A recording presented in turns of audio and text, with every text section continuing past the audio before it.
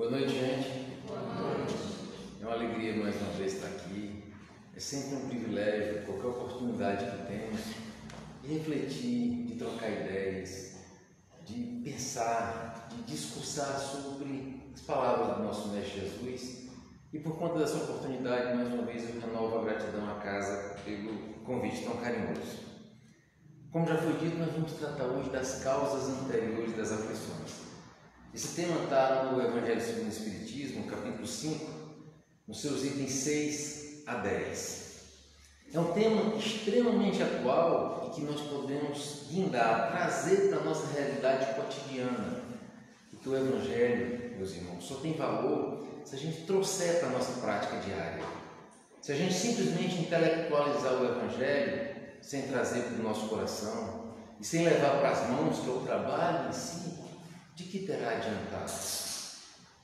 Então, esse tema, ele tem um profundo reflexo, pelo menos tem a possibilidade de um profundo reflexo no nosso cotidiano. Antes de adentrar especificamente no tema, vamos falar um pouquinho de fatalidades, de sorte, de azar. Nós cristãos, em especial nós espíritas, nós não podemos sequer cogitar da existência de fatalidade, da existência de sorte, da existência de azar. Fatalidade, que seria esse evento danoso sobre os nossos critérios, que não teria uma causa. Sorte e azar, eventos aleatórios. Se a gente admitir isso, a existência de fatalidade, sorte e azar, a gente vai estar negando a justiça divina. A gente vai estar dizendo que Deus tirou férias enquanto acontecia aquela fatalidade, já que ela não tem uma causa. A gente vai dizer que Deus não atuou nos eventos que a gente chama de sorte e de azar. Então nós, espíritas, não podemos jamais cogitar da existência de fatalidade, sorte e azar. Esse grande universo que foi criado pelo nosso Pai Celestial é um universo absolutamente justo, porque Deus é justo. E sendo Deus justo, sendo um universo justo, tudo, absolutamente tudo que acontece nesse universo é justo. Mas parece que o nosso olhar material não enxerga isso. Por vezes a gente olha para determinado fato, se indigna, e por vezes dizemos: que injustiça! Como é que isso pode ter acontecido? Mas isso, essa nossa indignação, nada mais é do que a nossa incapacidade de olhar para esses fatos com os óculos da infinitude, com os óculos do Espírito. A gente só é acostumado a olhar as coisas, a ver as coisas com o olhar da matéria. E é importante que se diga, quando a gente trata dessas injustiças em tese, que o nosso olhar material pode até perceber injustiças, mas um pouco de análise com base no Espírito vai fazer-nos perceber que não existem injustiçados. Então podemos até cogitar de existirem injustiças, mas jamais de existirem injustiçados. O mecanismo universal, como criação do próprio Deus, é absolutamente perfeito. O caos que nós enxergamos é meramente aparente. Nós enxergamos esse caos por conta da nossa visão eminentemente ligada à matéria. A gente olha e enxerga o caos na corrupção, a gente enxerga o caos na violência urbana, a gente enxerga o caos nos infanticídios, nos feminicídios, nas violências sexuais. O nosso olhar em matéria é um olhar de caos. Como é que pode haver justiça nisso? Só que a nossa visão é extremamente limitada e a gente não percebe que existe um mecanismo absolutamente perfeito que rege tudo isso. Nós ainda não conseguimos alcançar porque somos muito ligados à matéria. Mas como Deus é perfeito, todos os mecanismos que regem tudo no universo também são perfeitos. Tudo na vida, sem exceção, tem uma razão de ser. E essa razão é de ordem divina. E isso, para começar a trazer para nós, deve nos pacificar sempre. Sempre que a gente passa por aquela aflição, sempre que a gente passa por aquela dificuldade, se nós conseguirmos levar para o nosso coração que tudo tem uma razão de ser, e essa razão é de ordem divina, e essa razão traz em si a justiça divina, o acaso simplesmente não existe. Mas aí às vezes a gente pergunta, por que essa fatalidade aconteceu comigo? Por que aquela pessoa tão boa sofre tanto? Aquela pessoa que pode sofrer de flagelos naturais, de adoecimentos, de demências, de problemas de nascença, quer sejam físicos, quer sejam mentais. Por que aquela pessoa sofre com aquilo? Às vezes uma deformidade, um feto que acabou de vir a este mundo, a essa existência.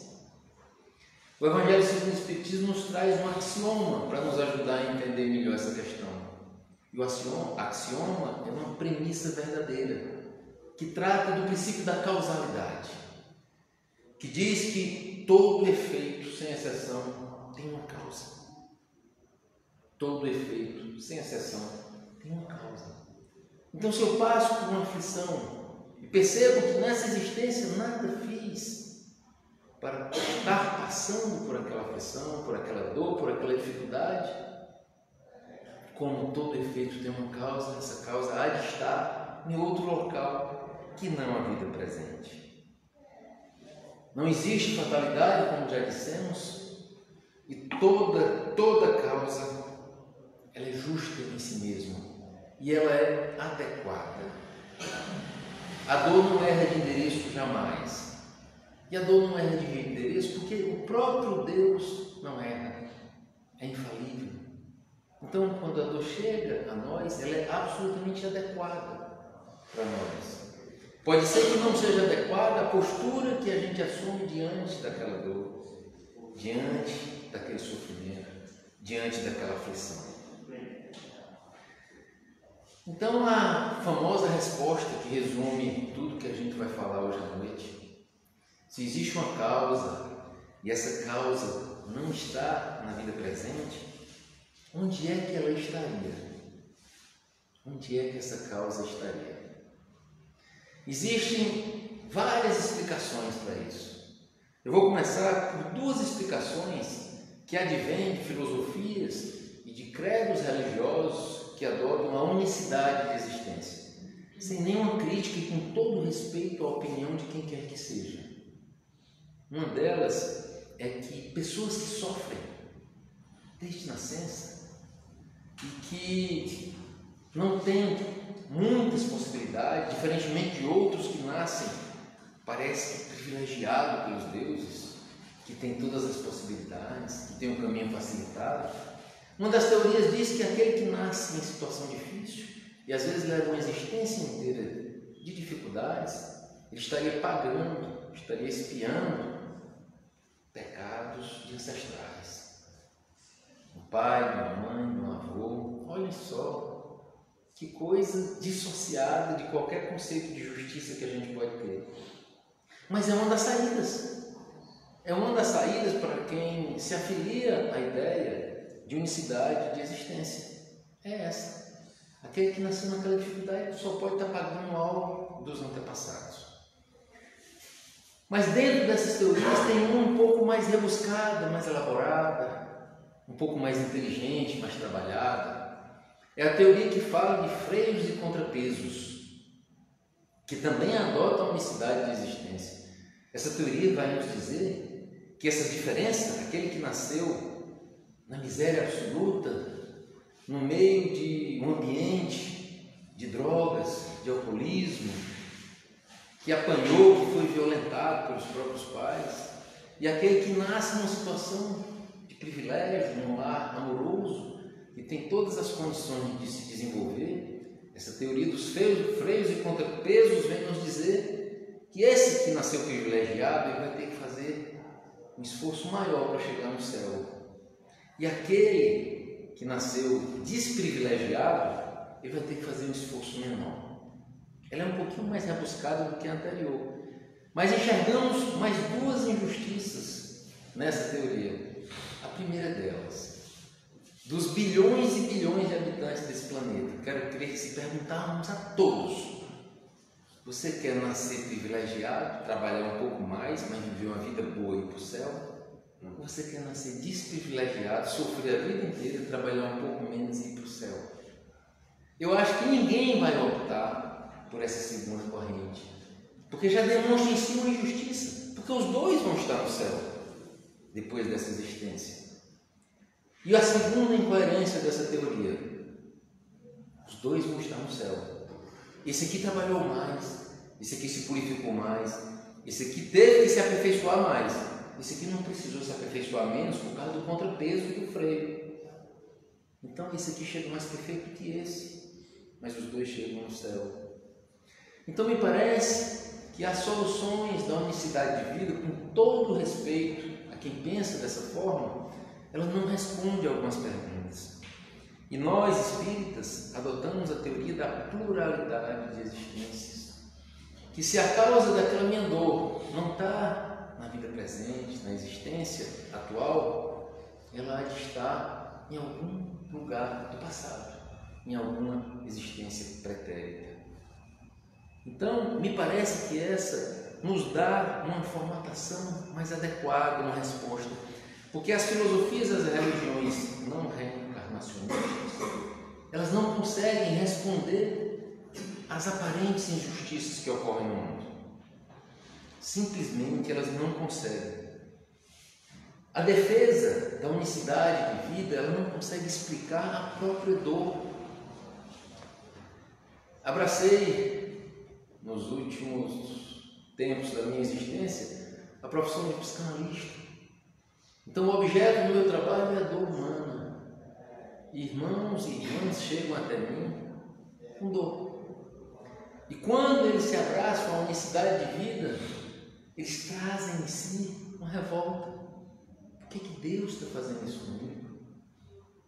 Eu vou à missa, eu vou ao culto, eu procuro seguir a trilha do cristianismo. Por que Deus está fazendo isso comigo? E se revoltam, depois, talvez por medo, voltam atrás. Não, mas é isso mesmo. Se acomodam dentro da própria dúvida. E alguns vão além. Alguns simplesmente partem para a inimaginável hipótese de que Deus não existe. Inimaginável sob o nosso ponto de vista. Mas alguém que acredita em uma única existência e vê tantas diferenças, é para se pensar mesmo. Será que Deus existe diante de tanta desigualdade? Diante de tanto sofrimento sem causa? Então percebemos isso. Sem a reencarnação, fica difícil a gente cogitar da bondade de Deus. O Deus que, segundo João Evangelista, é puro amor.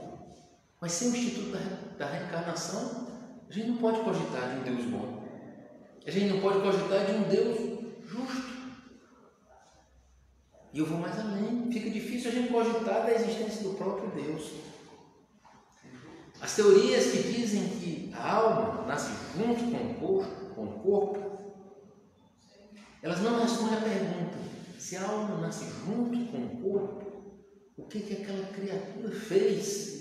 E quando foi que aquela criatura fez para merecer passar pelo que ela está passando agora? A reencarnação, meus irmãos, é um corolário da própria justiça divina. E aqui vamos trazer para nós mais uma vez, como eu falei no começo, o Evangelho não é só para ser intelectualizado, para trazer para o nosso coração e para a nossa tarefa cotidiana. Tem um dito popular que eu acho muito bonito e muito adequado para esse tema: incomodou, doeu, bote no colo que é teu. Então, me incomodou, a dor chegou perto de mim, não adianta fugir, bote no colo, tente escutar o que aquela dor está falando, tente escutar o que aquela aflição está trazendo de mensagem para você. Me parece que essa é a posição emocional e espiritual mais adequada. Não é brigar com a dor, é tentar ouvi-la. Ela vem sempre em nosso socorro. ela vem sempre com alguma possibilidade. Tem uma coisa muito interessante, e aqui é uma filosofia tupiniquim caseira. A filósofa Dona Maria Assi, minha mãe, ela é católica e ela adora comungar. E ela disse: meu filho, comungar é como se Jesus estivesse entrando dentro de mim. É assim que eu sinto. E eu conversava muito sobre o espiritismo com ela, e ela disse: mas se não existir reencarnação, eu não consigo acreditar nem em Deus, meu filho. O que é que eu sou, hein? Aí eu disse: põe a senhora é espiritólica. E ser espiritólica é a melhor religião para ela, é a que faz ela se sentir melhor. Ser espiritólica. Mas vejam que coisa bonita, uma mulher simples, uma filosofia tão profunda. Entender, apesar do credo de nascença, apesar de gostar dos dogmas da nossa co-irmã Igreja Católica, se sentir bem com aqueles dogmas, ela reconhecia naquele pensamento simples e rudimentar, mas muito profundo, reconhecia a justiça da reencarnação. E essas dores e essas aflições que vêm lá do passado que ainda bem a gente esqueceu. Por que ela vem? Primeiramente, e é o fator mais comum no nosso meio, ela vem como um fator de remissão, de expiação. E aqui é uma oportunidade de a gente quitar débito. Já pensou como é bom a gente pagar uma dívida? Eu não sei quanto a vocês, mas rapaz, eu detesto algo dividido no tempo. Me incomoda dever. E já pensou você dever espiritualmente? Então aquela aflição, aquela dor vem com uma possibilidade de você quitar um débito seu. E nós ainda nos indignamos com essa possibilidade. Mas quero crer que no nosso planeta de provas e expiações, a maior parte das dores vem com remissão e vem com expiação. A segunda possibilidade, quero crer que, pelo menos não é para mim, é para espíritos um pouco mais burilados, um pouco mais evoluídos, que é a questão da prova. Que eu venho, passo por aquela aflição, passo por aquela dor, uma prova para me testar, uma prova para alavancar a minha jornada dessa escada ascensional infinita. Então é outra possibilidade dessa dor chegar até mim. Mas tem outras possibilidades que são muito pouco faladas no âmbito da doutrina espírita, que eu acho que é importante que nós falemos, para que nós nos lembremos dela. Às vezes eu fico pensando quando um irmão espírita olha para alguém com algum tipo de deficiência, ou mental, ou física, e aquele irmão diz: está pagando alguma coisa de uma vida passada. Ou então ele diz de si próprio: nasci desse jeito porque eu devo ter sido muito ruim na vida passada. Uma postura de julgamento com relação ao outro e às vezes com relação a nós mesmos. E aí sempre que eu ouço isso, eu gosto de perguntar para esse irmão: meu irmão, o que é que Jesus Cristo estava pagando? O que é que Jesus Cristo estava expiando? Porque o cabra sofreu dores físicas, humilhações, e de fato, o espírito mais puro que essa orbe já viu passar pela sua crosta. E esse exemplo, quando eu trago Jesus, é para a gente entender que não nos cabe o papel de julgar, de olhar para um irmão que está passando por dificuldade e dizer: fez porqueira lá na vida passada. Quem sabe se aquele irmão que está passando por aquela dificuldade não é um espírito de extrema luz, que optou por vir naquela circunstância, talvez para ajudar um lar que necessitasse receber uma criança daquele jeito, e ele abnegadamente se dispôs a vir naquela dificuldade. Então a gente não sabe. Então calemos-nos diante dessas questões. Então vocês já perceberam, uma das questões que as dores, as aflições chegam a nós nem tanto, porque a mim não, mas é espíritos evoluídos que vêm aqui em missão. Vejamos Chico Xavier, que vida dura e difícil, adoecimentos diversos, um espírito de tanta luz.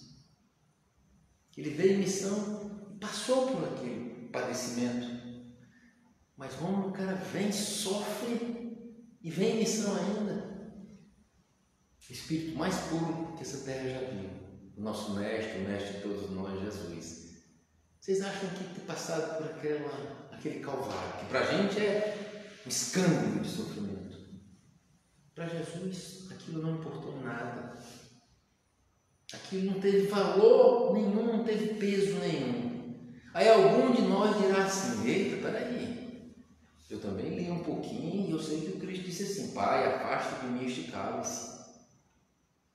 E gente, será que o Cristo, o espírito mais burilado, que passou aqui por nós, encarnado, ia ter medo do Calvário?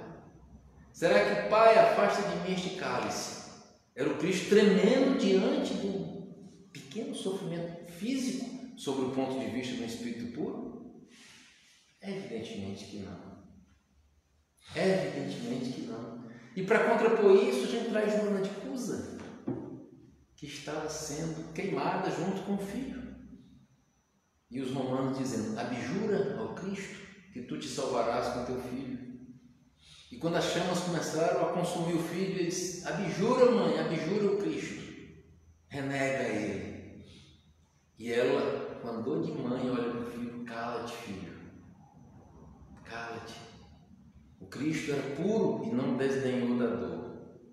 Uma mãe dizer isso, com o filho e ela sendo mortos, sacrificados numa fogueira. Então, se Joana de Cusa, que era extremamente imperfeito, foi capaz de um ato desse, será que o Cristo ia vacilar?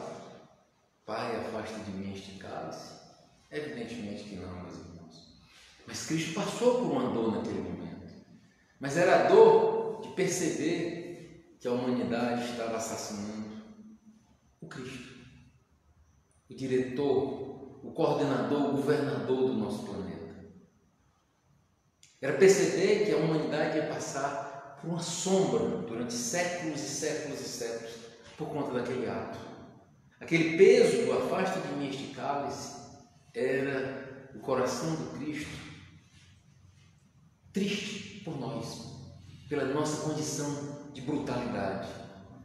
Era simplesmente isso. Mas imediatamente ele percebeu o objetivo maior, que tinha esse aspecto, que ele tinha que passar por aquilo, a humanidade tinha que passar por aquilo, mas ele percebeu que ele estava nos entregando o Deus amor, que substituiu o Deus força, o Deus vingança, o Deus com a espada.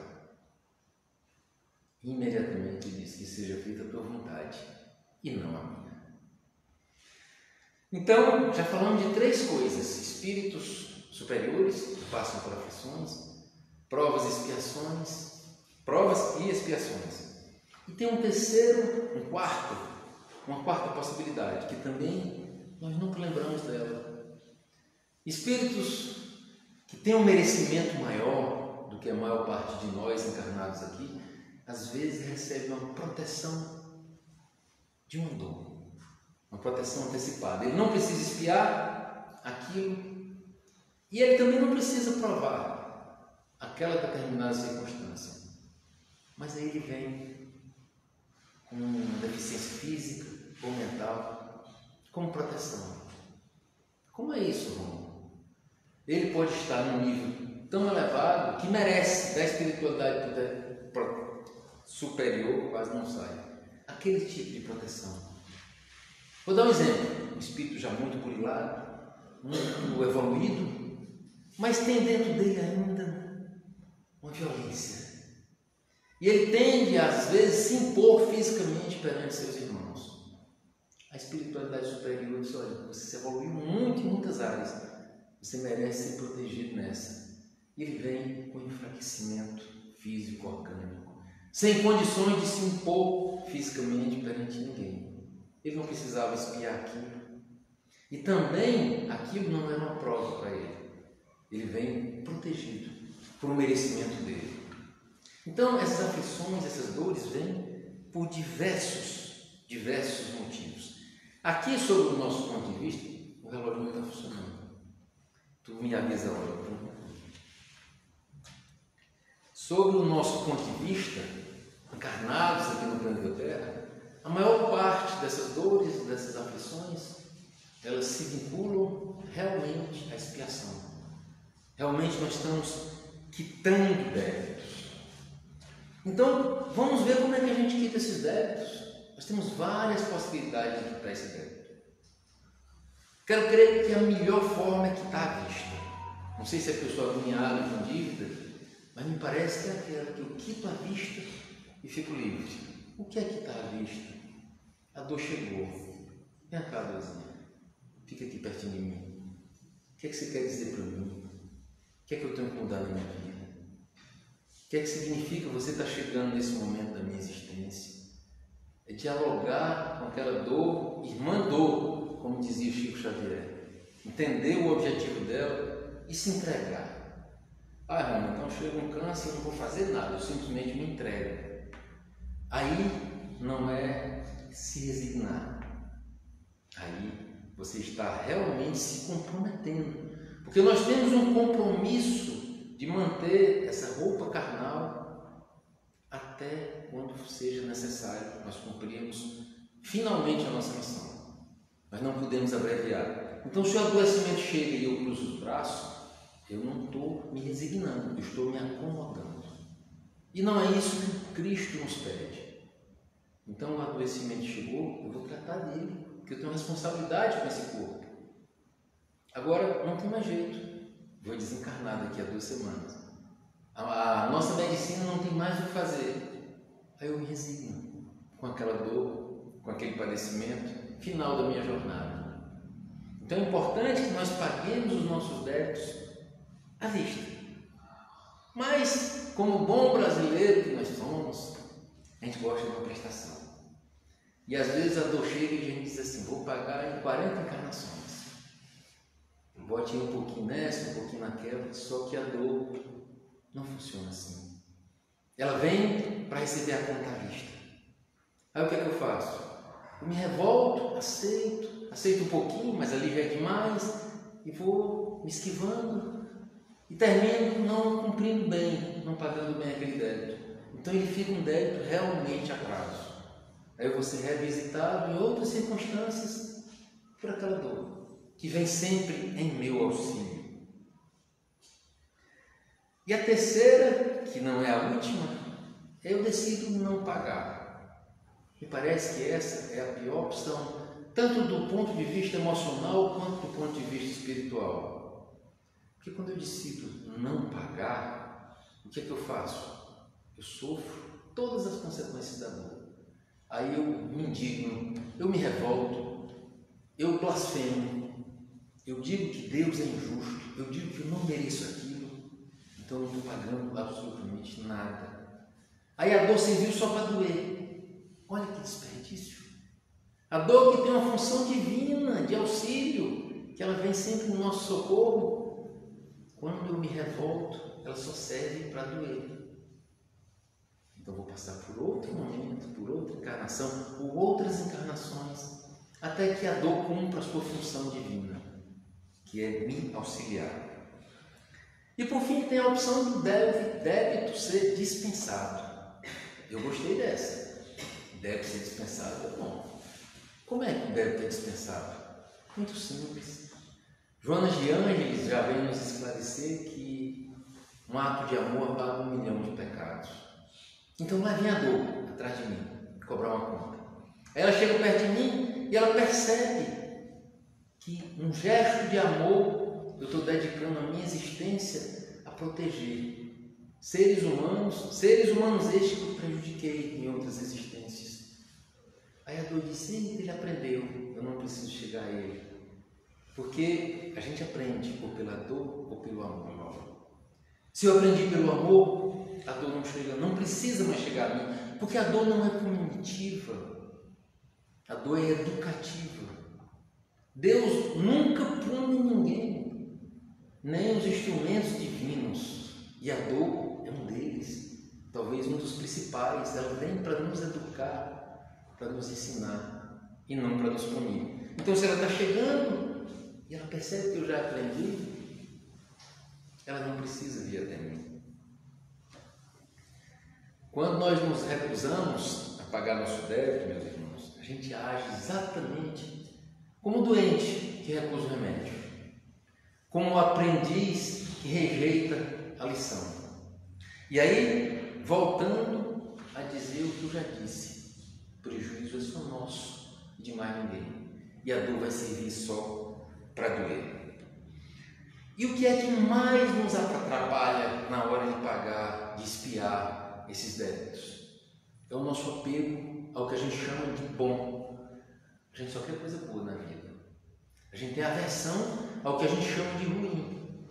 Esquecendo, nós espíritas, esquecendo que o que é ruim é bom. Vem aquela doença, vem aquele sofrimento, isso é bom para mim. Isso é bom para mim como ser eterno. Mas eu esqueço que eu sou um ser eterno. Eu vivo como se eu fosse essa matéria. E muitos de nós se confundem tanto dentro desses papéis que diz: eu tenho um espírito. Olha que coisa sem sentido. Nós não temos um espírito, nós somos espíritos. E momentaneamente estamos nesse corpo. Então a gente esquece que o que a gente chama de ruim é bom. E aqui nós temos uma lição que eu sempre acho muito bonita, de sua santidade, Dalai Lama, onde ele nos ensina que não existem fatos bons nem fatos ruins.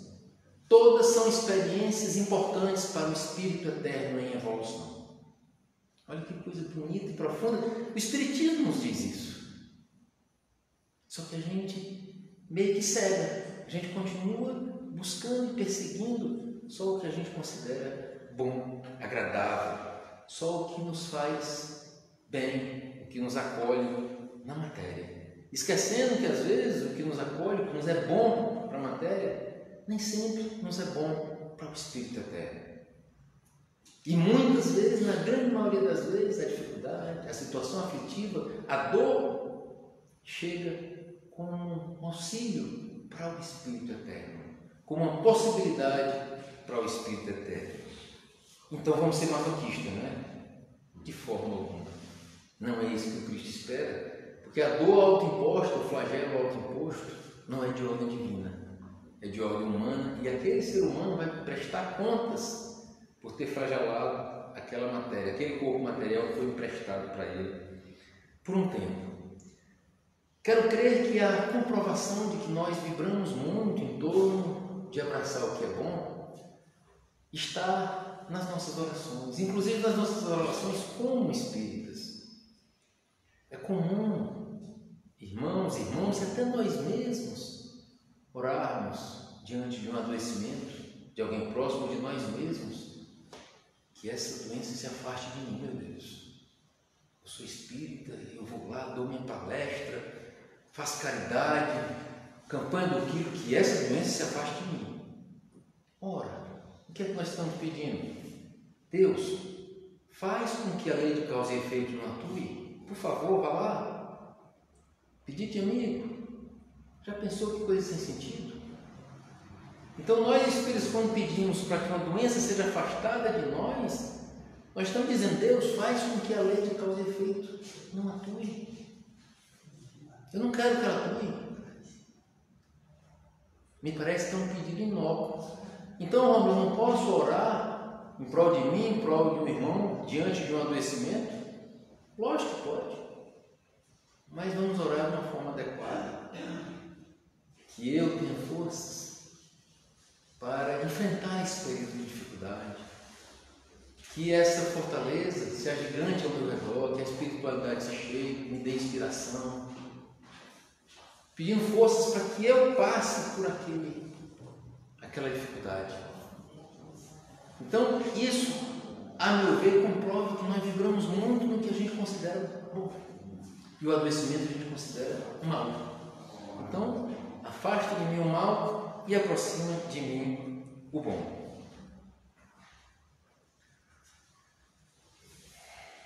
O Espiritismo é um âmbar que vem balsamizar o nosso ser, no auxílio do enfrentamento dessas dores, dessas dificuldades. Por que o Espiritismo nos ajuda tanto?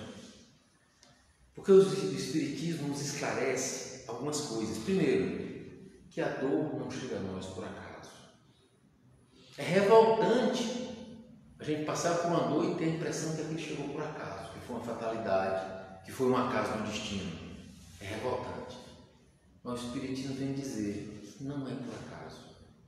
E isso já ajuda a nos pacificar. O Espiritismo vem nos dizer que a dor sempre vem no nosso auxílio. Não à toa Chico Xavier chamava a dor de irmã dor. O Espiritismo e o cristianismo como um todo vem nos dizer que Deus não erra jamais e que a dor não erra o endereço da casa que ela tem que visitar. Nunca. E por fim, minha gente, por fim mesmo, tem um remedinho. O remedinho dos famosos 4 verbos para a gente enfrentar essas dores, essas aflições que não parecem ter causas. Pelo menos a gente não enxerga no horizonte dessa existência. É o famoso entrega, confia, aceita e agradece. Isso não é só um mantra para a gente enfrentar as dificuldades. Isso é um mantra que, se bem vivido, nos ajuda em tudo na nossa existência. Entrega o quê? Se entrega. Se entrega ao jugo do Cristo, que é suave, que tem um fardo leve. Se entrega a Deus, que é justo e que é amor. Como disse o próprio Cristo, que seja feita a tua vontade e não a minha.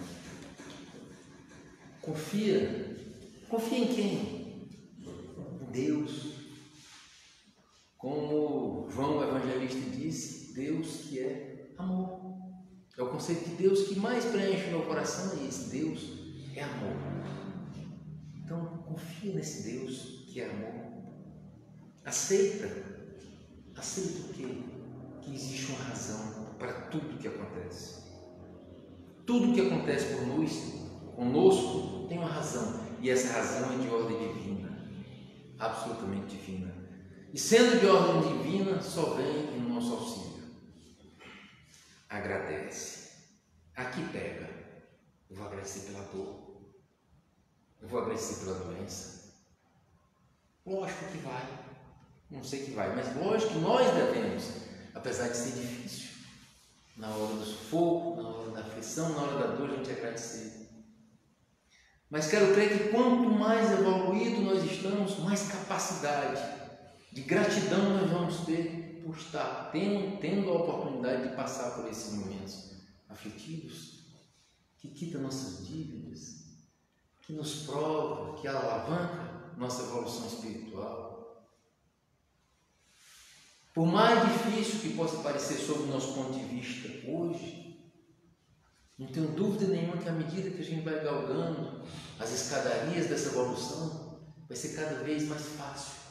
Vai ser cada vez mais clara a necessidade de agradecer, de assumir uma postura de gratidão.